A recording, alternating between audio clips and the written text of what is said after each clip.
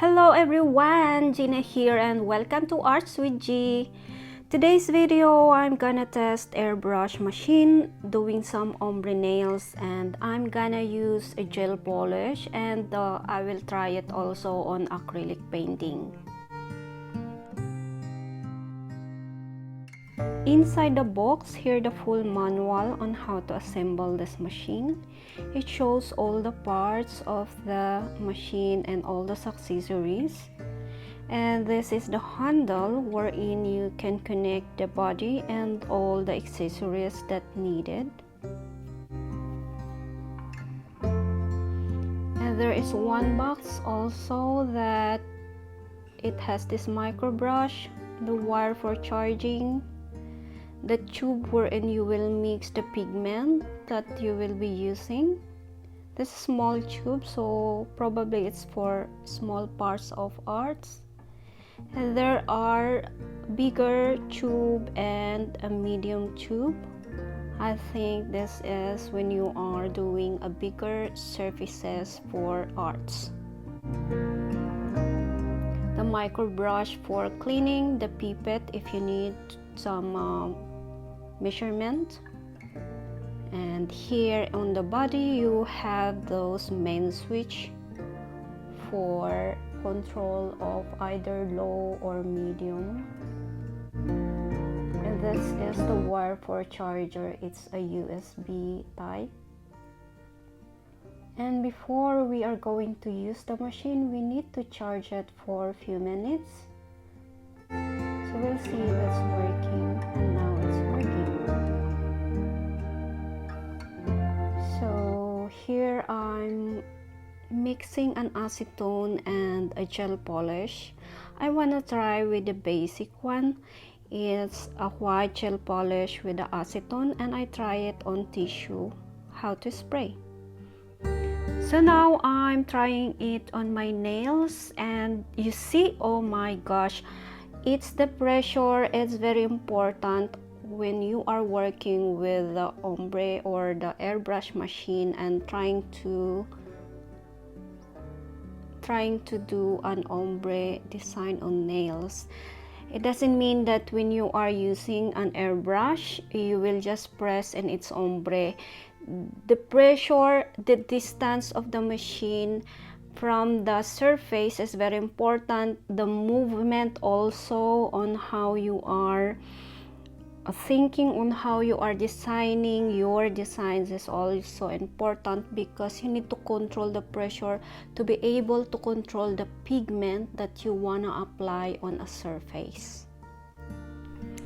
So since this is a gel polish on my nail, I had 2 coats of gel polish, cure under LED, and I apply those ombre design, cure and LED, and apply the gel top coat. So here is the result. And now I wanna apply, or I wanna see it on other shades. So I'm applying 2 layers of gel polish, and each layer must be cured under LED lamp before I'm going to do the design. And see, oops, my pressure again was very strong, so I created a wavy-like design. It's no problem if you are planning for a wavy-like design and that is a good pressure, but when you like to have a smooth gradient of an ombre effect, then you need to observe the light pressure, the distance of the machine from the surface, and of course some movement techniques. And since this is a gel polish, I need to cure under LED lamp for 60 seconds before I will apply the gel top coat. Cure under LED lamp also, and you will see this is the result. And it's time for me to clean the machine. Cleaning the machine is very important after each use. And because I used pigment, or let's say I use a gel polish and acetone, then I need to remove the pigment with acetone. I need to ensure that every part of the machine is free of pigment. and especially on the needle, you need to clean it gently, otherwise you will damage the needle. So I'm cleaning now with a clean dry tissue after exposing it with acetone, and be careful on the body, it's not resistant to acetone, it's melting.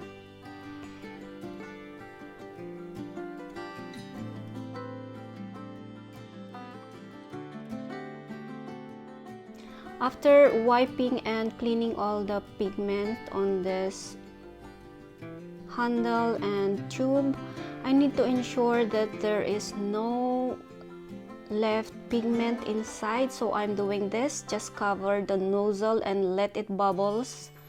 So if there's some excess pigment inside, then it will go. So now, after I clean everything with acetone, I need to double clean with IPA.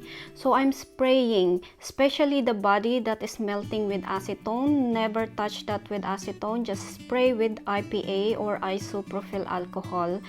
And for me to remove all the residue of acetone and gel polish on all the parts, I need to spray again and dry it with clean tissue.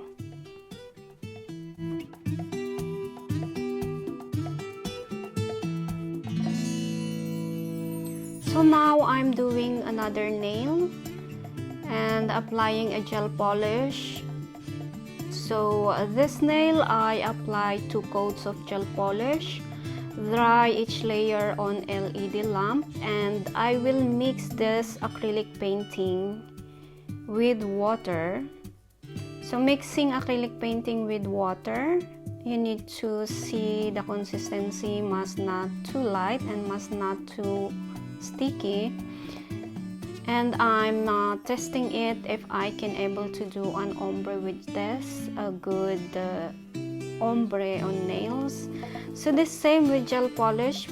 Again, this is an airbrush machine, so pressure and distance and movement is very important. And since it's an acrylic painting, I need some few minutes to get dry before I apply the gel top coat and cure under LED lamp.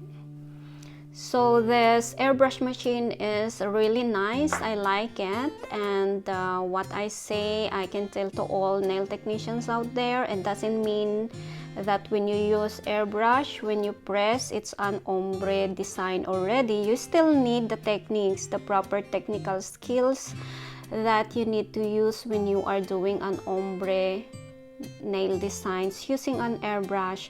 Thank you everyone for watching. God bless.